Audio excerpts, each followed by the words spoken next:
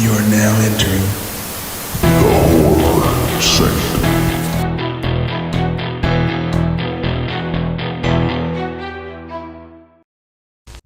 Hello and welcome back to the Horror Sanctum podcast. I'm Jay with John and TJ, and we are excited to be joined today by members of the Adams family. No, not that Adams family, but the creative minds behind the films Hellbender, Where the Devil Roams, The Deeper You Dig, and more. Toby Poser and John Adams, thank you and welcome to the Sanctum. Thanks for having us. Yeah. Super nice to see you guys. Good to be here. So I would say I was introduced to you thanks to Shudder. Shudder picked up Hellbender, which is just a fantastic, not necessarily witch movie, but a witch movie, in a sense. Absolutely loved it. What really resonated with me the most was the music. Here in Nashville, I've promoted and managed and booked bands since 2012. So I really resonate with that part of the film. And my first question is Hellbender still touring at all? Like, you did play some live shows. Is that something you guys are ever going to pick up again? Yeah, we actually are probably going to leave this podcast tonight and go home, and we are this close to finishing our latest song. So basically it never stops. When you're Nice. a family, you don't really have to schedule things. You just bump into each other and say things like, hey, could you do some vocals? And that's how we work. So the answer is we're continuing, and we have a really fun song coming down the pipe right now. Nice. So if you ever want to come to Nashville, holler at your boy, because I got you. Would be amazing. He knows all the retired. venues. No. I've retired last year because there was no money in it for me, and it was becoming more stressful than fun. And that's when you need to walk away, when you're not having fun anymore. But I still help Ari Lehman, who played the first Jason Voorhees. He has a band called First Jason, naturally. I booked him a couple times. I have him coming again in September. He's a lot of fun to work with. So yeah, if you ever want to come to Nashville, let me know. I got you. That's beautiful. Joe Bob played Hellbender on the last drive-in. You guys were on the show. You got to play some music at the end. How surreal was that to be in the presence of greatness that is Joe Bob? It was crazy. It was a little scary, but it was a lot of fun. They were both really sweet.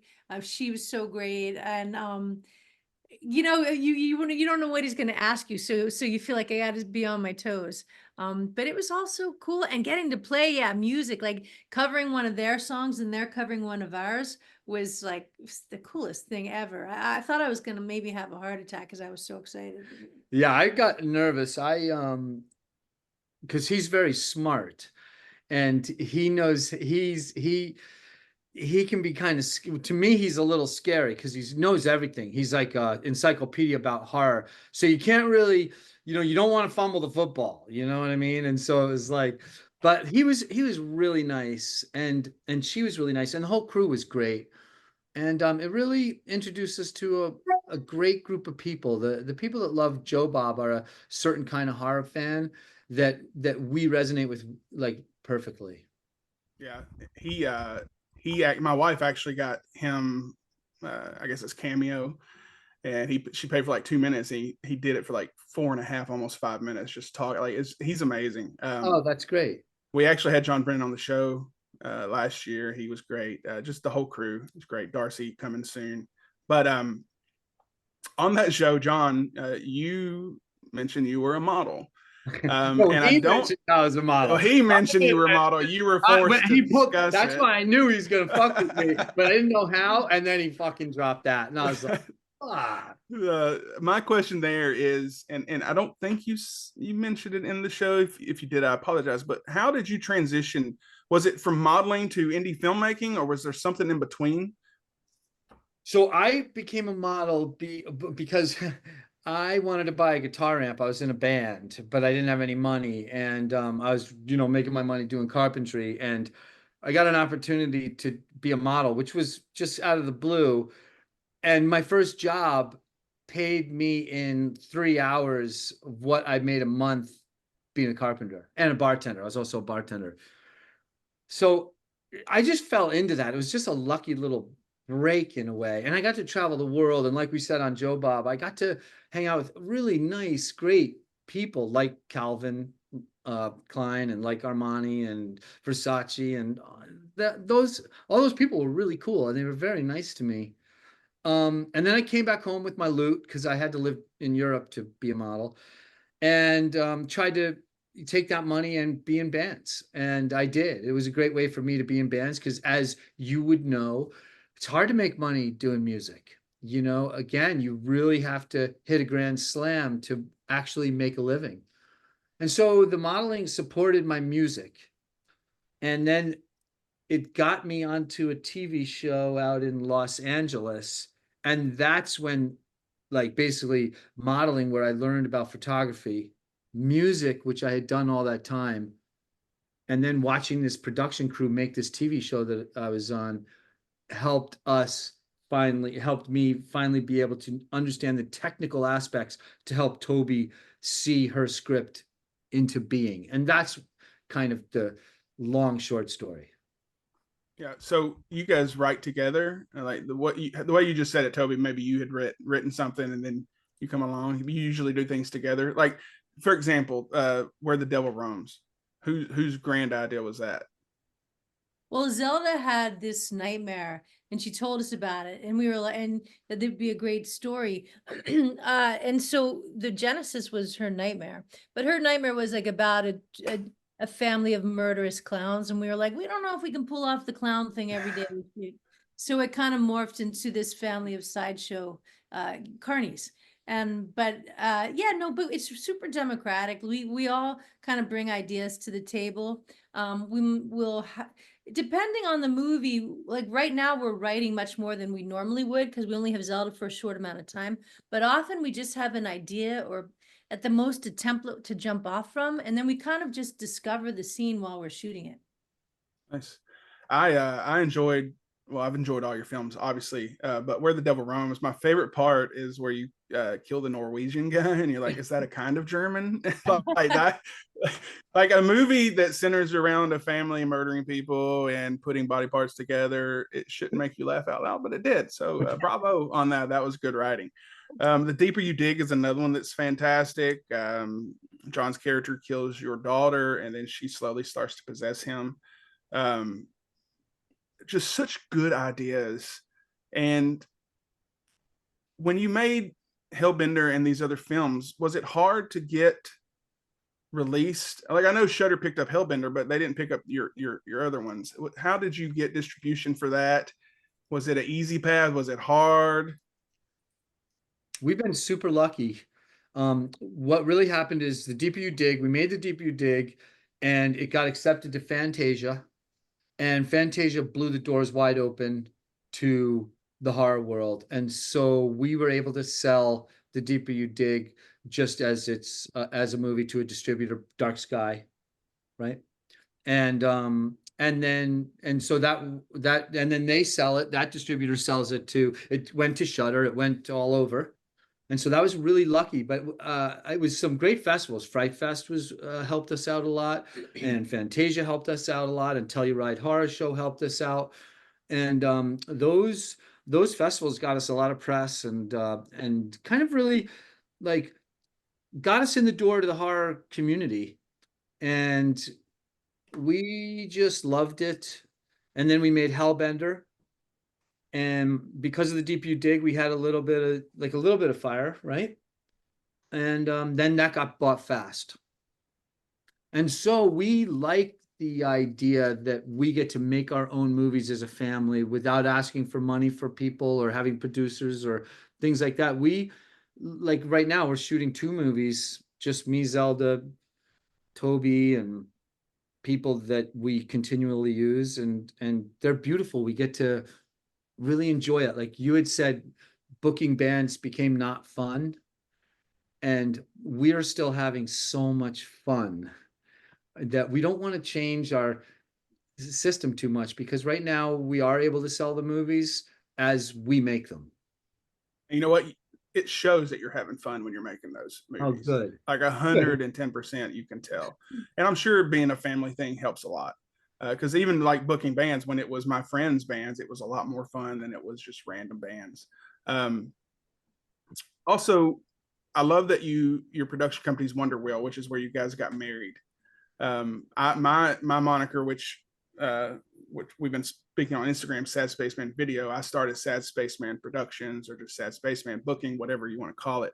And I did that because it was kind of an homage to me and why I started doing it. So I was like suffered with depression like big time, and my easiest outlet was just to keep my mind busy.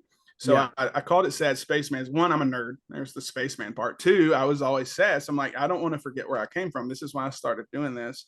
And that kind of resonated when you call your production company Wonder Wheel. That's, you know, that's a stamp on you and you guys, and something you hold dear. And I love that. So bravo. That's so cool. Nobody's ever gone into depth about Wonder Wheel, and I really appreciate that.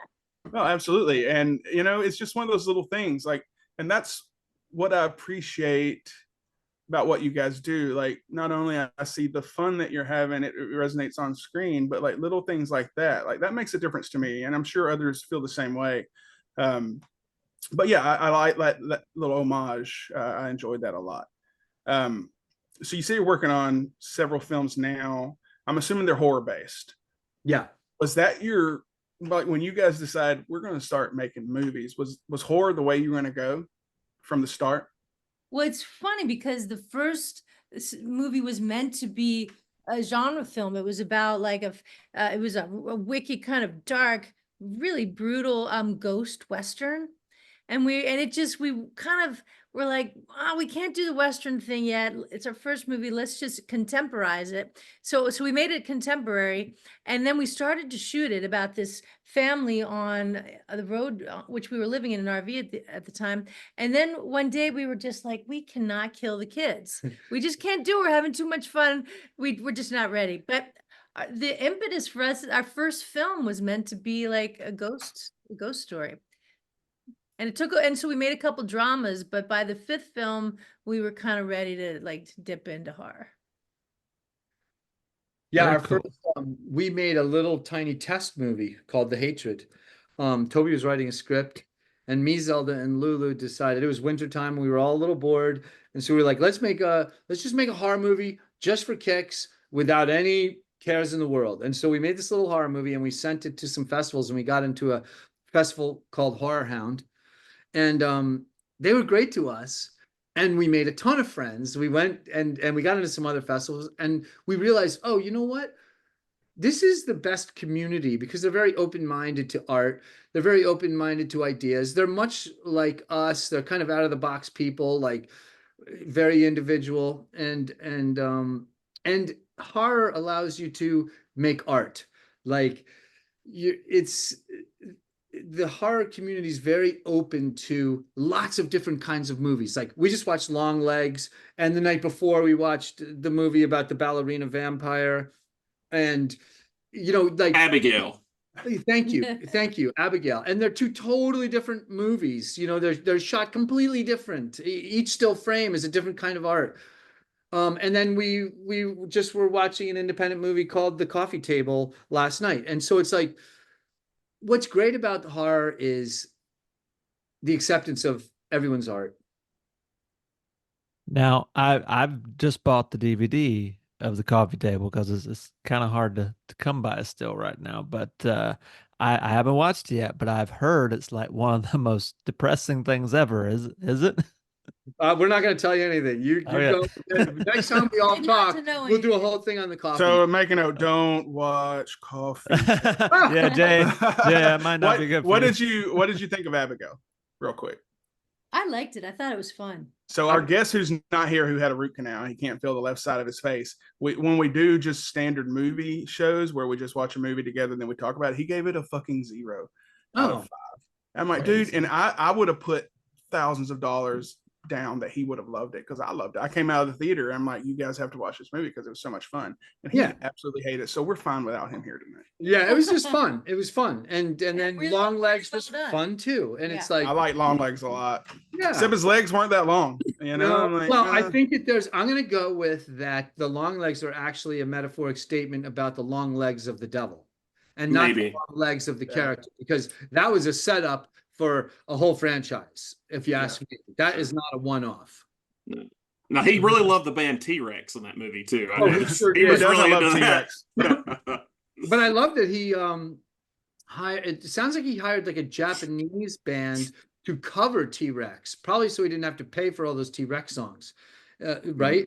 And then he just used Bang a Gong at the end. Mhm. And yeah, I love the covers of the songs. So, as someone who's just been dabbling in, screenwriting and trying to get a couple films off the ground with a little production company in here, I'm always fascinated by how independent, particularly in the horror genre, how independent filmmakers gather their resources, gather their crews.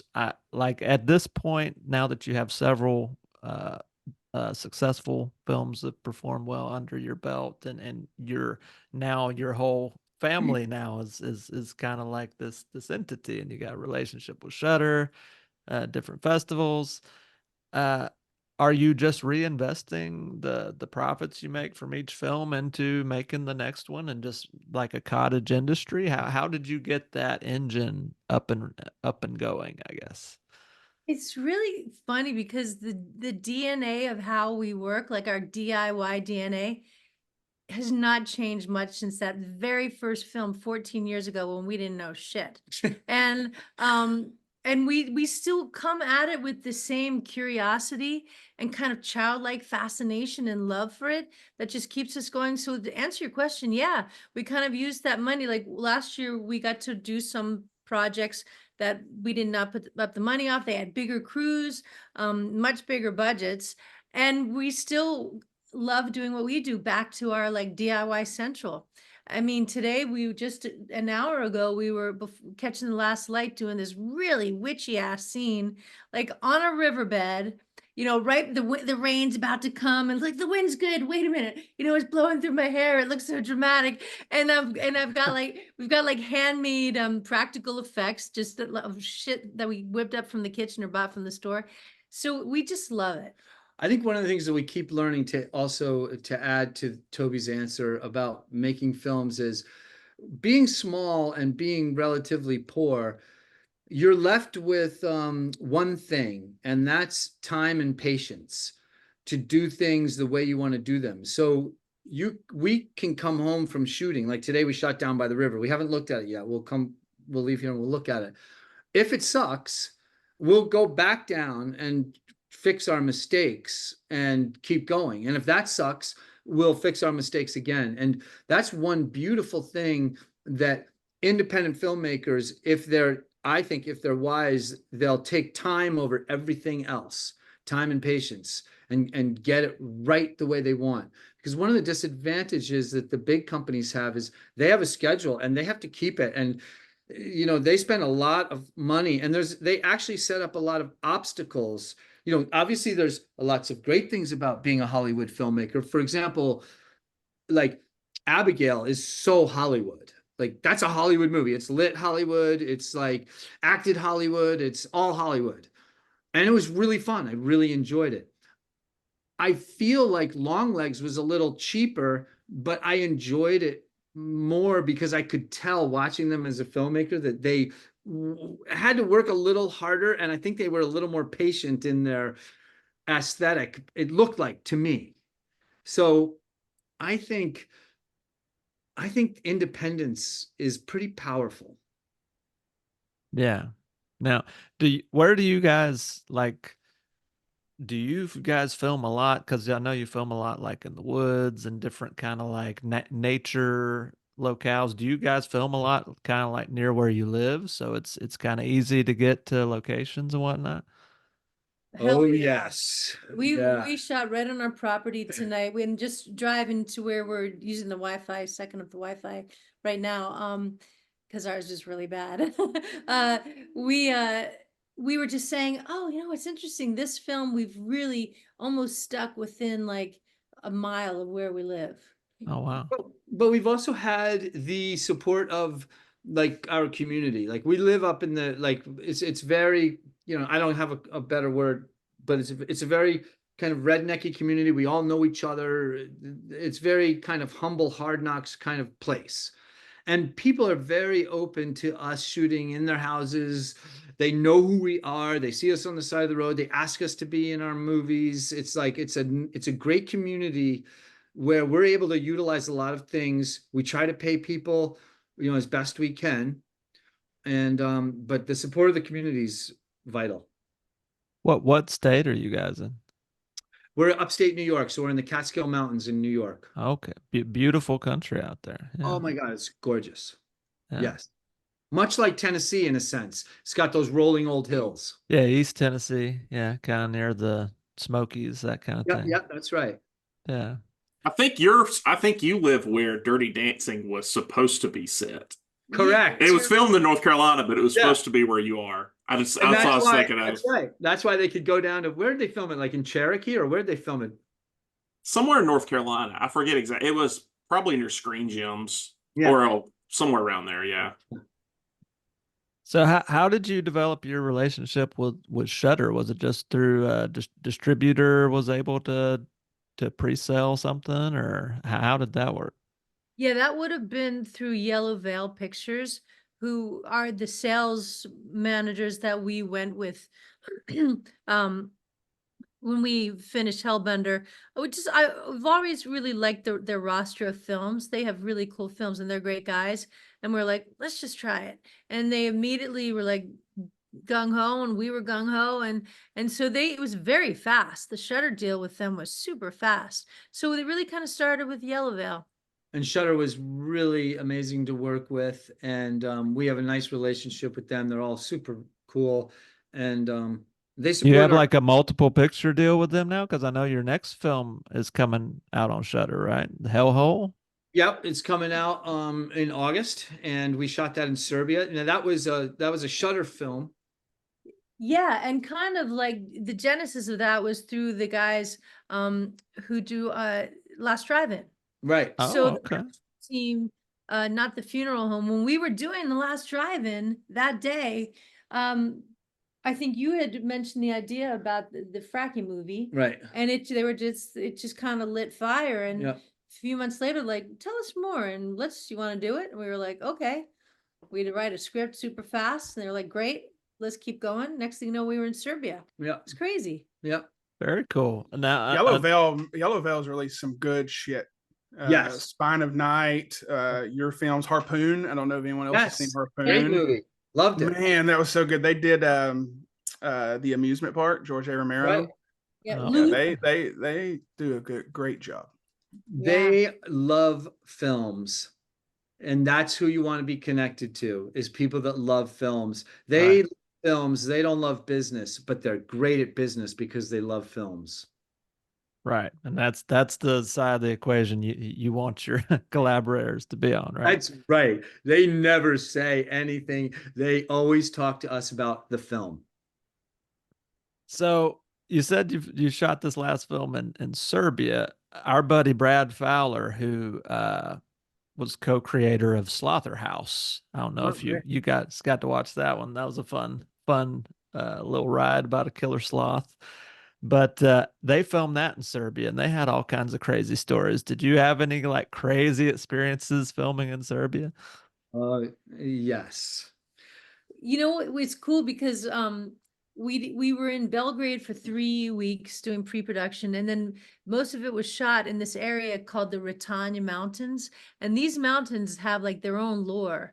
And like people think they're aliens. And one place we were shooting within the Ratanya Mountains was known for being like the OG vampire village, like pre-Dracula, supposedly. There was, and I'm forgetting the name of their particular vampire. Because you wouldn't even be able to pronounce it. It would be all consonants. it was a cool name. It's like I'll think about it. But and we were shooting out there, and you could see garlic on some doors. That's how like hardcore it was. It was creepy. Oh wow. Yeah, one of the interesting things about Serbia is, they grew up Yugoslavia, and so they're more Russia facing. Yeah. And so you get a very Russian outlook on everything, which is interesting coming from America. You get a hold of everything, take everything, turn it upside down, and that's how it comes out. And that's interesting. And they probably still have a lot of like old folklore and Oh, folk yeah. tales and stuff. Oh, yeah. Yeah. The Serbs were great to work with. The cast was so much fun. Crew is incredibly friendly. Yeah. But this cast is really lovable. I Yeah. think they really like make the film.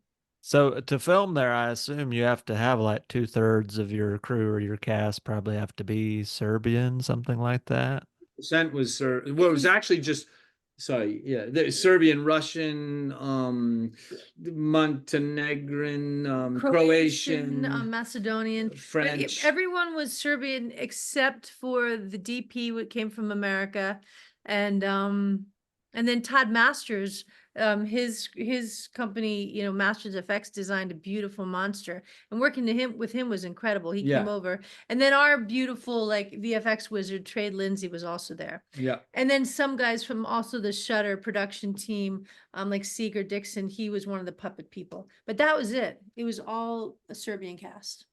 Wow. I mean, crew and cast. The movie's half in Serbian, yeah. Oh, wow. Very Yeah. cool. Oh, I look forward to that too. It also looks like you've filmed an upcoming episode of Tales from the Void. Yes. Can you speak at all about that or what that's going to be about? Are you like big horror anthology like fans? Do you have like a love for that? I know you guys started in shorts. Toby listens to a podcast relentlessly, and when we got the opportunity to do this job, we were like, oh, definitely. And we knew the writer, not personally, but we knew her work.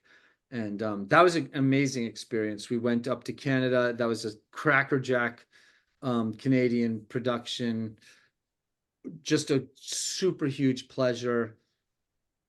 It was great. And the story, when we read it, we were like, yeah, we would love to do this story. It's fucking brutal.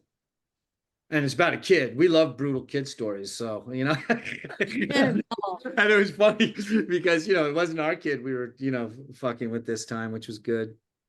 We got to fuck with someone else's kid. That's cool. So, how did Zelda come along into you guys' work? Is that something that she was always drawn to, or was it just kind of using, well, she's around, we can have her be in things, or? Actually, so 14 years ago, we made our first feature called Rumble Strips. And the kids were 6 and 11. Zelda was 6, and our older girl Lulu was 11. She's not around all the time because she's an Earth wanderer, but she plays Amber in Hellbender. Oh, okay. Yeah. And she's plays the axe girl in Where the Devil Roams.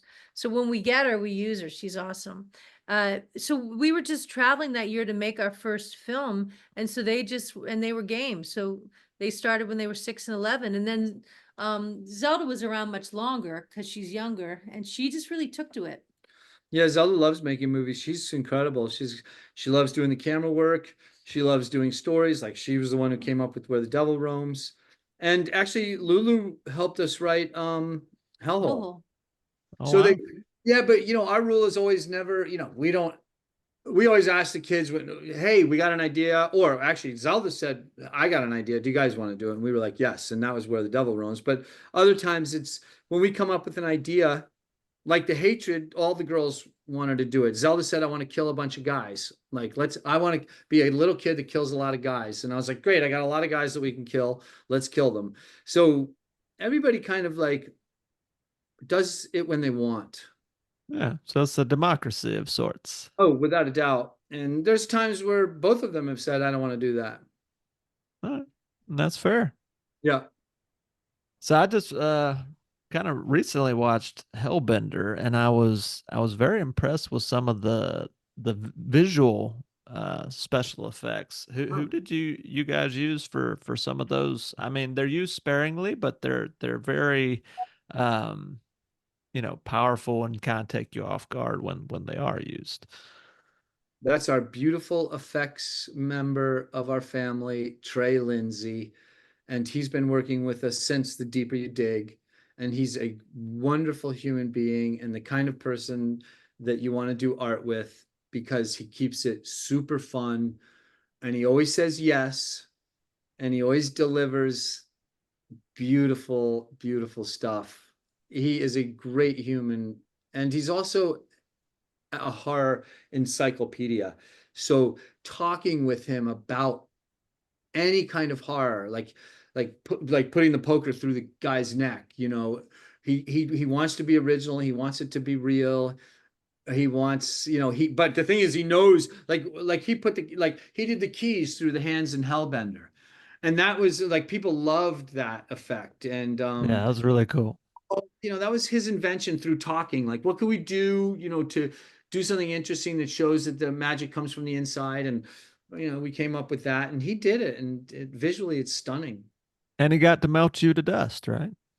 He got to melt me to dust, which was like, I that was great. So cool. Yeah. It kind of reminds me of like a weird take on Scanners, almost like kind of what they did, just without the head explosion. It's just the whole explosion, right? Oh, that's great. So I was curious, what got you all into the process of filmmaking in general? Was there, like, when you're shooting your first few films, or even now, is there like a certain film or genre in your head where you're just like, you think about like, this is my inspiration, what got me here? Or was it kind of just a thing of, you know, you became more of a fan as you started being the creator? I always wonder what people's inspirations are to get into it. That's a great question. That is a neat question. I don't really I think, well, we got into it because John and I were like 40 and 42, and I needed to move on from acting, or have some autonomy there, because I kind of reached an age where it was like my career as an actress, it was tanking, and it was like, well, let's see what we can do. You know, why are we waiting for permission? So that was kind of like the jump start.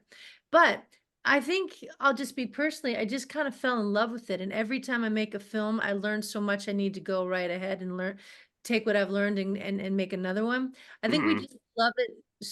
We love making films. I love telling stories. I'm a big theater geek.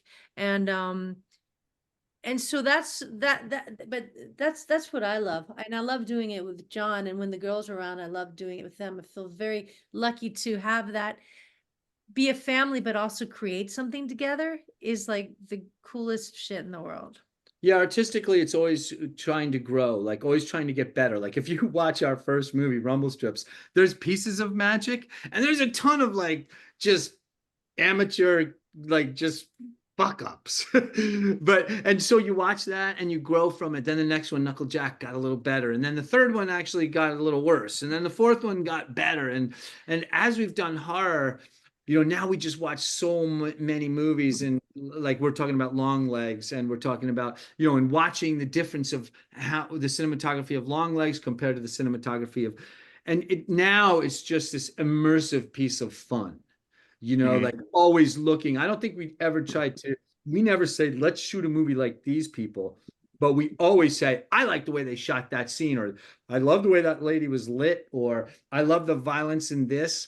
Let's see if we can make great violence like that, or, you know, so yeah.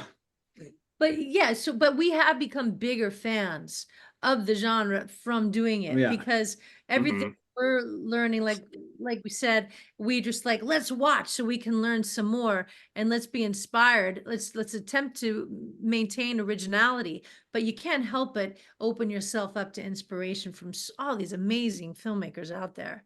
I mean, now we're just like tonight, we're like, oh my God, we've worked so hard today. We've earned a movie. What are we going to watch? Yeah. And I think it was going to be, maybe In a Violent Nature. Oh, good one. Oh, we just did a show on that. We just did an episode Good on one. that. It dropped this week. So we recommend it. it's It's right. interesting. So what is a family? It's interesting. You're a family of filmmakers. There's a lot of filmmaker families in history.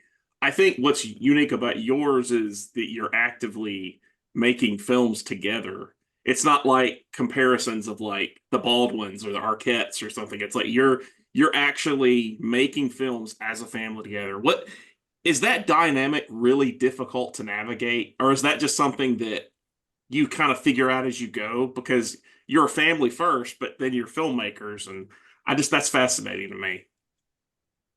No, it's not hard to navigate. We all started together. Everybody learned from day one. Even though the kids were only 5, they also brought that beautiful innocence to every shot. Like we all literally learned how to turn the camera on together. Mhm. So it's been, I think we've all learned our strong points, like what we do best. But it has not been hard. It's been like super lucky and fun, don't you think? Oh yeah. No, and it's also convenient as hell because when you are a family and I always say it, but you have a meal together, you get a great idea, the light is right, you can jump right outside and do it.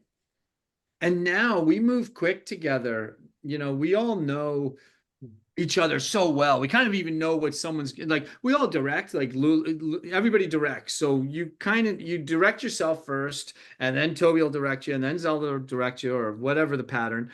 And it's fun, you know. It's like you go home and you look at what everybody's ask you to do, and always the editing bay tells the truth.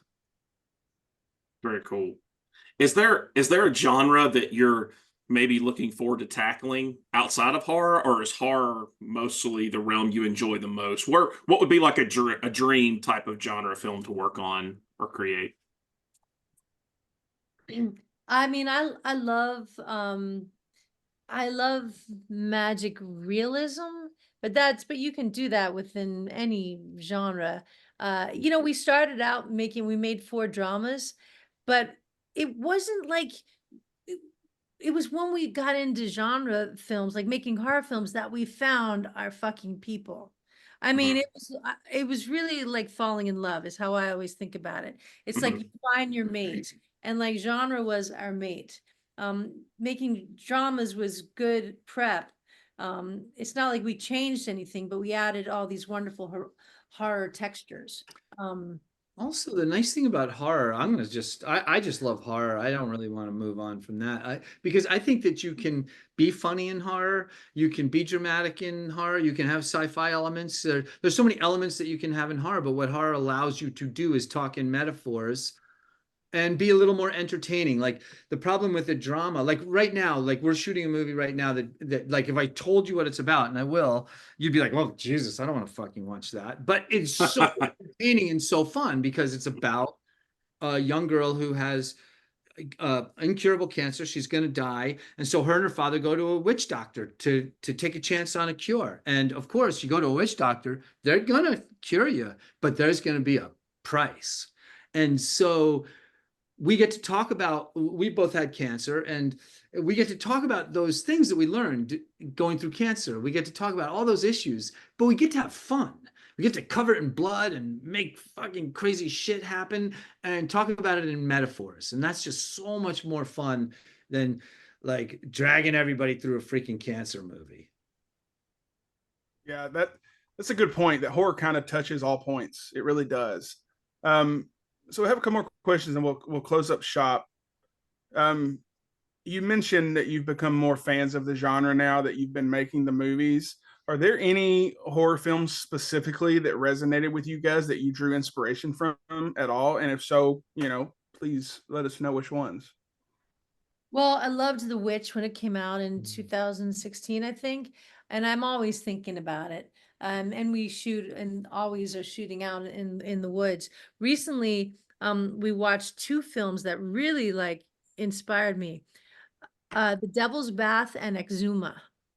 Both of Exuma. those, I haven't seen Devil's Bath yet. I loved Exuma. That was such a good movie. it was so Fantastic. great, right? So I've been thinking about those films a lot, but I have to mention, even though you wouldn't know from our films, I fucking love Basket Case.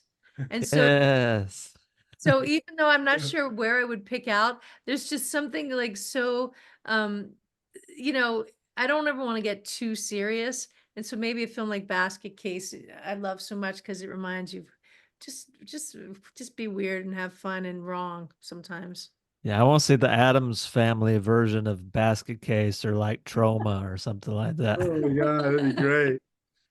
Yeah, I guess uh, I'm inspired by I'm inspired by mostly what I saw last night. Like I get up and I'm inspired by it. But But did you see John's? He has a Phantasm poster. oh, okay. Well, Phantasm, Oh, you he's know, got a lot of posters. If he'd bring his lights up a little bit, you could Yeah, see. that's a part 4, I think. oh, really? Yeah, That's yeah. great. Well, I love the first one. First was the best. Oh, But I yeah. can only just see the writing. I can't even see the There's picture. the Burbs back there, I see.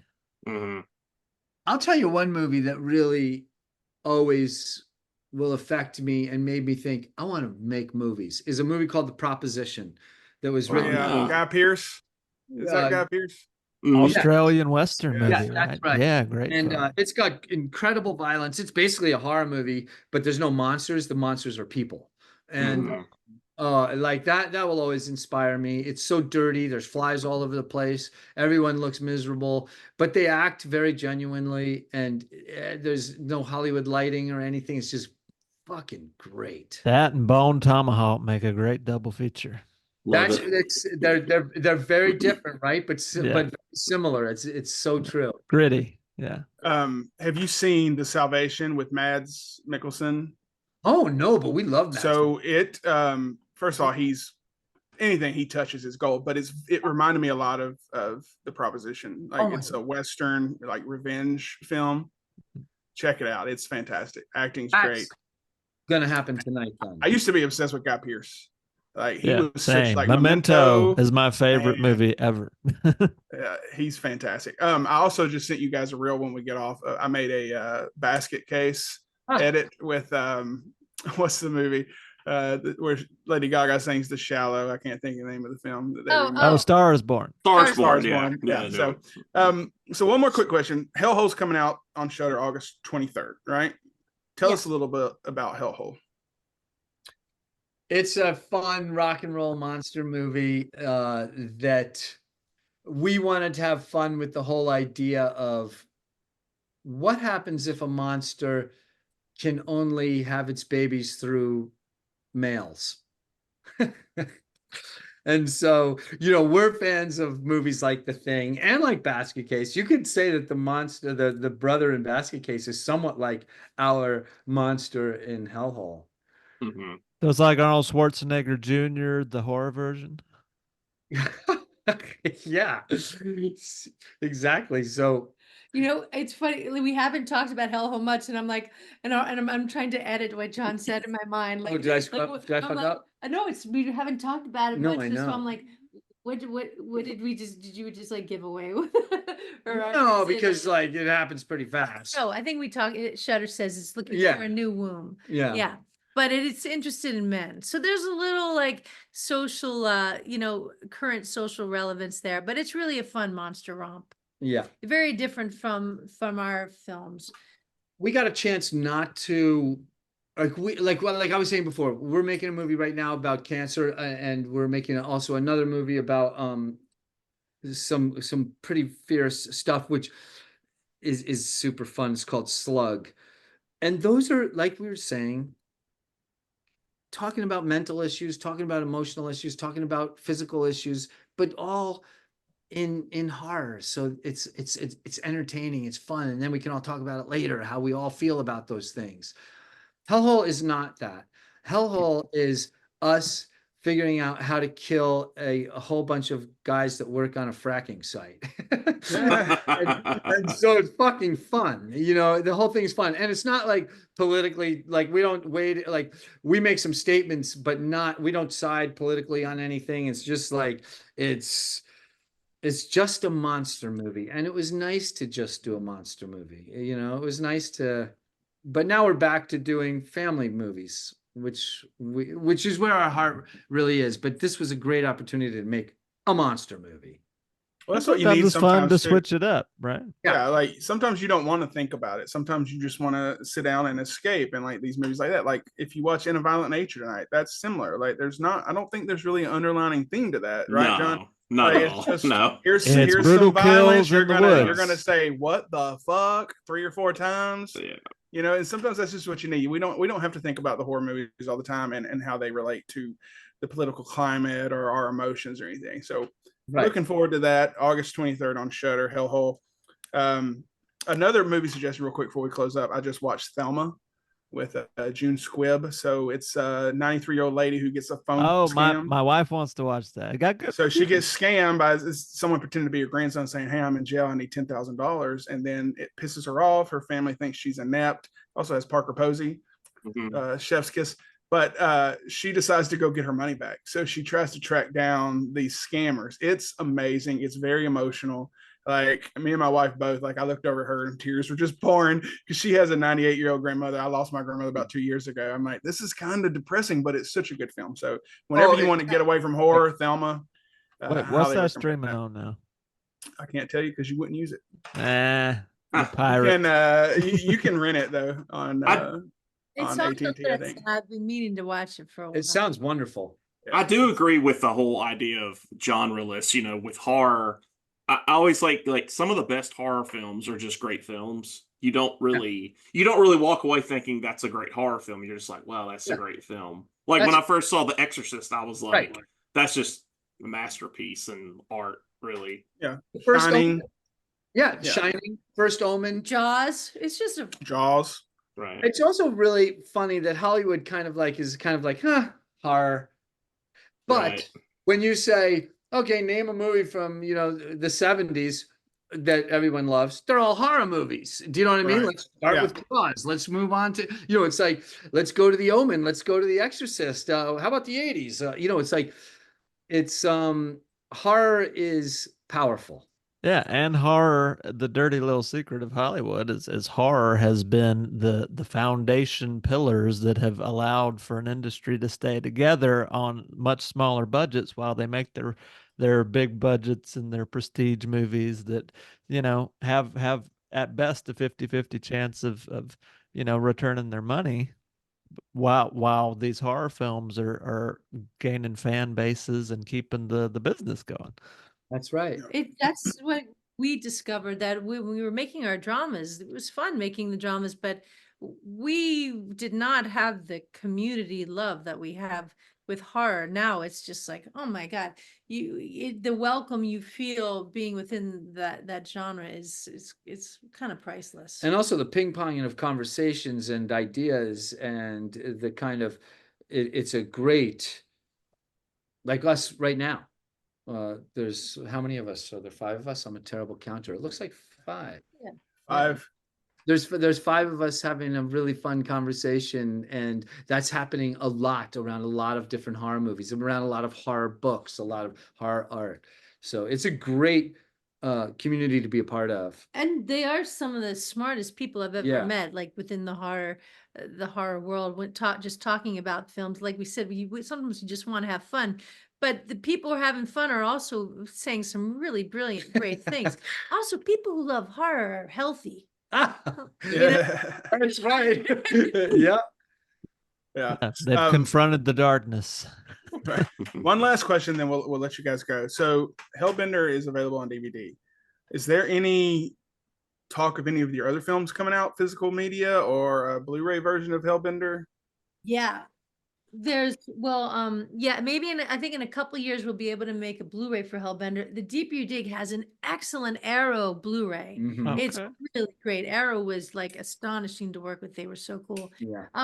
Where the Devil Roams has a really great Blu-ray from Vinegar Syndrome that came out a few months ago, and that's got some really fun stuff too. We did our own behind the scenes video essay, and it's got some great stuff on it. Yeah, there's basically an hour-long documentary on us making it.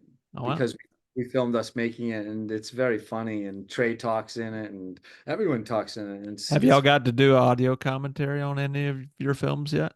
Deeper You Dig. Yeah. Okay. How was that? It was that fun. experience. It was fun. It was Arrow fun. was, Arrow out of England are a very good production unit. So they put together a lot of things, including that. Like, hey, talk through this movie. We were like, okay. Wait, we just talked through a movie. We just went out to Crypticon and they played. We went through a live film. We did they played our movie on a big screen and with an audience, and then they wanted us to talk the whole time through it, which was hilarious and really fun. Maybe Dig's on sale for $17. I'll be buying that tonight. Well, Nice. all right. Yeah. Wait, Nice. the Arrow version? The Arrow version? Yeah. Arrow's Yeah. great. They're so Oh, yeah, they're like, so good. yeah, they always seem to put really good work into. Oh, Vinegar especially horror Syndrome's stuff. great too. Vinegar Yeah. Syndrome's yeah, great, too. they were wonderful to work Yep. with. Wonderful. Yeah. All right, so that's going to be it for this episode. Subscribe to our YouTube channel to wherever you're listening to this podcast. Follow us on Instagram, TikTok, and join our group on Facebook. You guys, thank you so much, Toby, John. We really appreciate it. This was a great conversation. You have anything you want to like websites, Instagrams, upcoming projects you want to talk about before we sign off? Well, we've got our website is wonderwheelproductions.com, which has trailers for all our films, tells you where to see them. And yeah, we're just adams.family.films on Instagram, Adams_films on X. And we're thank you so much, Jay, TJ, and John. This was really cool. Yeah, you Yeah, guys. thank you guys. Yeah, always fun talking to fellow horror folks that know their stuff. Yeah, and you guys know your stuff. Go watch the films. Deep You Dig, Where the Devil Roams are on Tubi. Shudder has Hellbender. Just Google Adams Family, Toby Poser. You'll find what you need. Go watch it. They're all great. Again, thank you guys so much. Signing off, I'm Jay with John, Toby, and TJ. And until next time, Keep it spooky.